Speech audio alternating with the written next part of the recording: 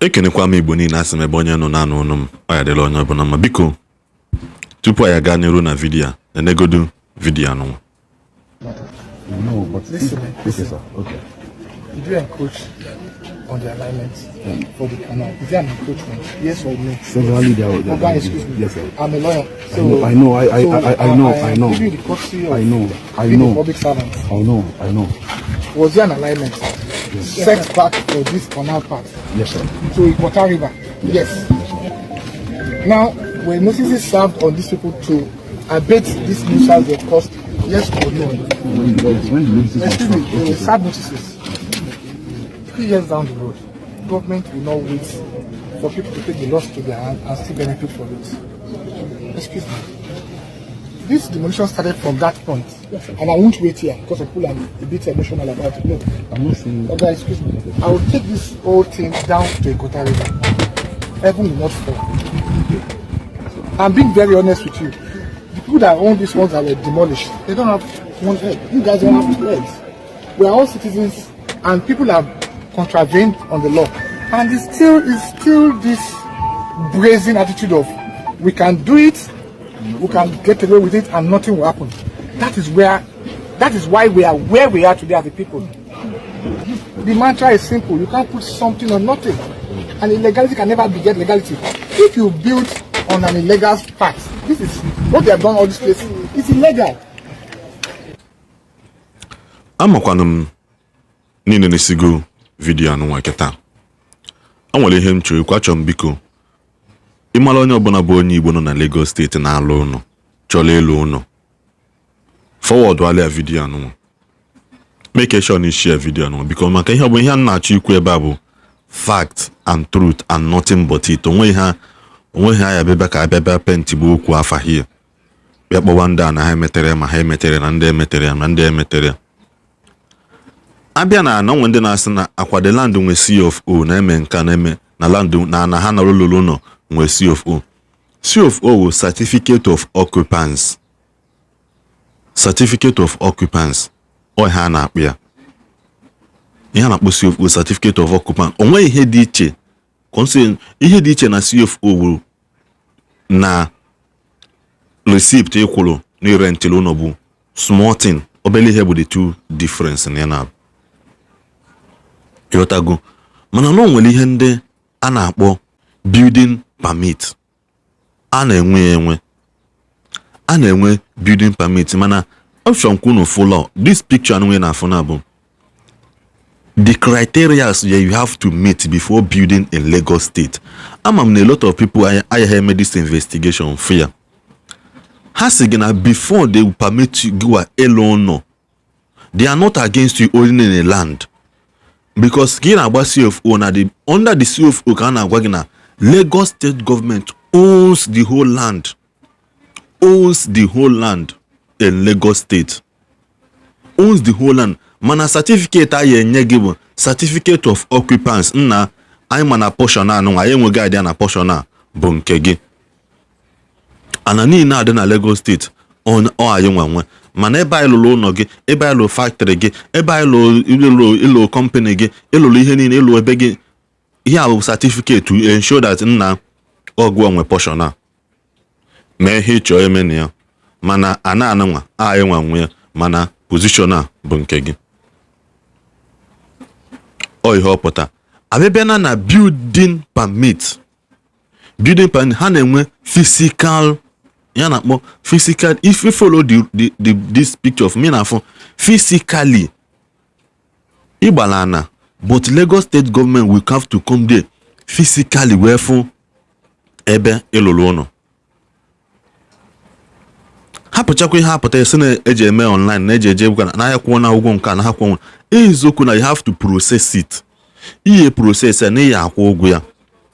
Ina akwo ugwo ya in 2 badges.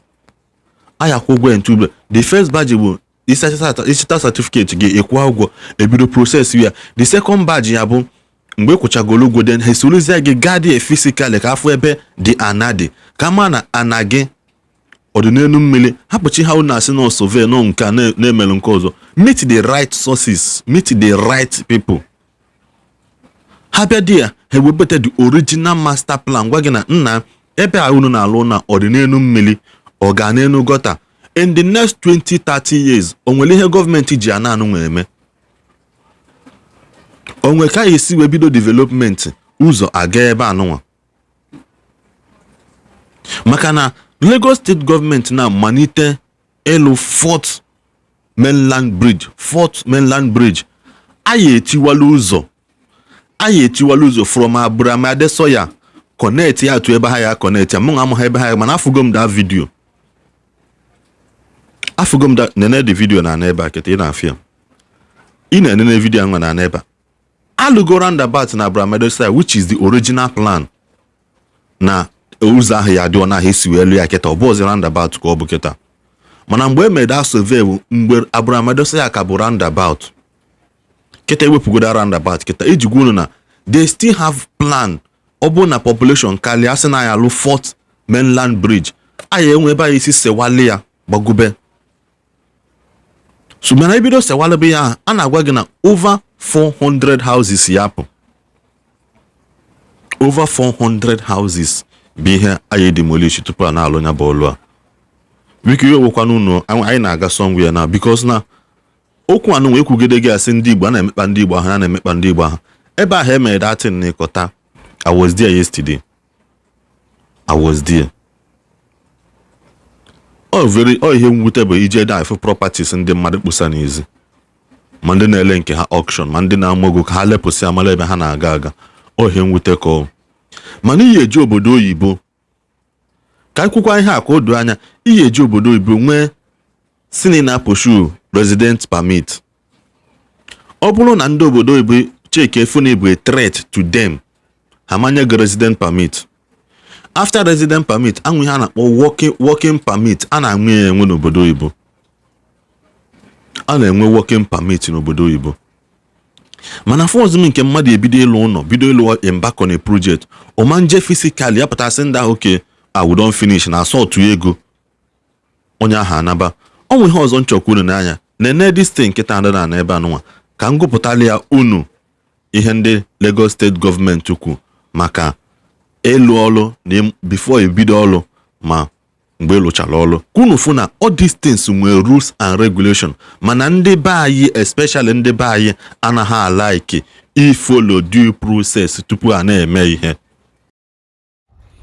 a sị gị no building construction processes after getting the approval from LASPPA there is need for LASBCA to grant approval to commence construction. The developer cannot just mobilize workers on the site basis of obtaining approval. The developer cannot just mobilize workers to site on the basis of obtaining approval. Developer must take the approval to the LASBCA in order to get another approval to commence work. Also again, moving into your house after completion of development. After completion of the development, LASBS must issue certificate of completion of building, construction, and fitness for habitation before the developer or house owner can move in. Akwifugi aketa. Oburo no so ka ịbịa kpokọlụ ndị ọlụ gaba site ọ ihe anụnwa na-akọwa oburo no ka ịbịa kpokọlụ ndị ọlụ gaba site ka ịlụ ọlụ before ekpolu ndị ọlụ na-aga site anyị need verify na ebe ahụ ị na-aga adịkwa worthy of ịlụ ọlụ ịlụchakwa n'ọlụ anyị abịakwa verify ya ọlụ elụlụ mana na nna ọlụ anụnwa ụnụ anụnwa onye alụ ọdịkwa mma mmadụ ibi n'ime ya maka asị ka alụ bọọlụ na Nigeria ka ewepụta usoro esi alụ ọlụ ịma na so many things emebigo so many things adịgo emebigo ya bụ na nna agụbịa Lagos ba na mmiri ibe na-akpagala na Lagos especially Island Aja Lekki Jakonde Igbefon ihe afụcha ụnọ alụcha 10 years ago 7 years ago mmiri liwegoli ya ọ na-aba n'ime ọ bụrụ maka gịnị ebe a kwesịrị ịlụ one dekin ka mmadụ na-alụ two dekin, ebe a na-akwesịghị ịlụ one dekin lụọ ya ụlọ a na-akụchikọrọ onwe gị zinc ka mmadụ pụta bịa lụọ ụlọ elu na ya. After 10 years ifozi anya ana na-emidi ya ụlọ n'emie nwayọ tili omigide ya ma ikpọcha ya onweghị onye mafụ ha long ọ ya eme. Ọ ka mma na anyị gwara onwe anyị eziokwu, especially ndị Igbo anyị like a dominion, ha like to possess possession, but they don't want to be controlled. But ị na-like ka ị control mmadụ, ka ị nwee dominion over ebe ịbata, ka ị dominate kpakọta nke gị ọnụ ma ya this is my own.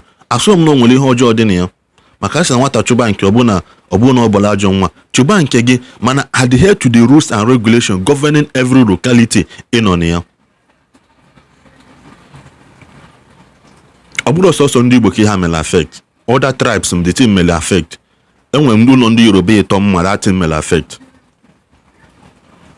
Ụlọ ndị Yoruba ịtọ amaghị m onye lụrụ most of 80% of ndị lụrụ n'ebe a bụ ndị Igbo anyị, mana ndị golie ego gochalie ego ihe anyị for build and sell onye lụcha ha golu, ndị gochazili ego. Enwe ndị Yoruba ịtọ mma, enwekwa nwoke Yoruba ọzọ mmakwa na-alụchabeghị nke ya alụcha, ọ waya chago ọkụ mechi ihe na ọ ya eme sọsọ remove beho in and ofo fix go glasses window ya awaya sigo ọkụ eme na painting sọsọ ụmụ ihe fọzi na pichi touching mmadụ akwaba na bia ka anyị duo onwe anyị ọdụ ndị Igbo na anyị na-eme a very big mistake. Ndị anụnwa na-asị ka anata ka m jụkwa ọnụ ụka mma na anyị gwara onwe anyị eziokwu. Ebe ị na-ana, are you sure na that land ị na-ana will favor you? Onwe na-eche eke nke a. There are so many people anyị investigate everywhere. Ụfọdụ ihe ike emego ha anachi ya succeed ya. Ụfọdụ ihe ike emego ha si oke ebe ka chịkọta onwe ha ọnụ na ha nazi ha daa ogbenye mgbegiri. Ọ bụrụ maka gịnị na ha bata did not favor them. A na-eme ọna mgbe anyị na ụgwọ Hausa anyị na-anya keke, enwere a lot of us nya keke n'obodo ọzọ jezi obodo ọzọ succeed ye. Nwere form of us si oke ebe ụgwọ Hausa na anaghị tax eme nka ka anyị na-egbo, most of them are succeed ho, some of them nwụ. Enwere nke menụ gwa mmanụ nnubu mgbe anyị na-agba keke ozugbo locate to east after 8 months ọnwụnwa onweghị onye m ihe gbuli ya. Mana ndị anyị anyaghị keke for 3-4 years. After 8 months nwoke si na o ji ahịa si na ọ na-akwado Thanksgiving, o ji survive accident na kwadote ahịa ji ahịa gote ihe o ji eje Thanksgiving mbọsị ụka on Friday daa n'ihu bia onweghị onye m ihe gbuli ya. The man pịa ọ bụrụ ọnwụ. Ihe egotezi ahịa ji mee Thanksgiving ka eji wee kpọọ ozu ya. Ọ bụrụ mmadụ niile na-asị gị nata bụ na jụọ ese ịma na ebe ị na-ana will it favor you? Enwe ihe eji mara Igbo ịgba mbọ n'inyere onwe ha aka. Asị ọzọ ihe mee nwanne gị chi ya ọchị, anaghị m achị onye ọbụla ọchị. Ihe a just an eye opener maka na asị m before ime anything n'elu welu vidiyo tiile ndị ya nene ka ha nene. Biko dodo ụmụnne m si mee the right thing.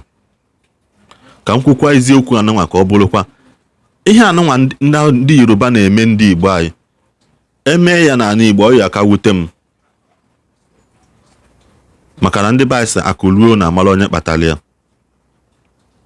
Ọ kalịa sị try kene lisi give this development a try ya na ana Igbo anyị ka efekene ka ọ ya dị. Ole this development na-eme n'obodo dị iche iche, Lagos, Abuja, si bụ na kene si nyegodo ana Igbo anyị attention for 2 years ka efekene ihe na-eme. Eziokwu na ndị Igbo anyị na-eme worst. Afọ m ahịa J Park Post mgbọsị enye notice start echi abịa demolition ahịa. Ọ bụrụzi onye nata for safety asị ya nata bịa mepee shop ebe a, ọ nataza mepee shop gwa m the next month demolition ya ka onye ahụ ya efeel. That's why before ị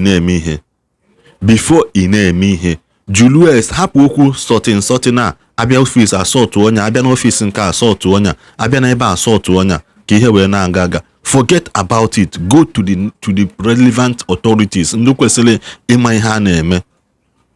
It will take time, but it will save you expenses. It will save you time. It will save you money. It will save you days of cry, years of pain. Akada mama. Kambujie ya ebe anụnwa. No ya dano mbozo n'okwu ma yodu ka otowe n'ogonogo. Mana iwere ihe dị na video anụnwa, ya amụta ihe na ya ka ọ dị n'mgbe ọzọ.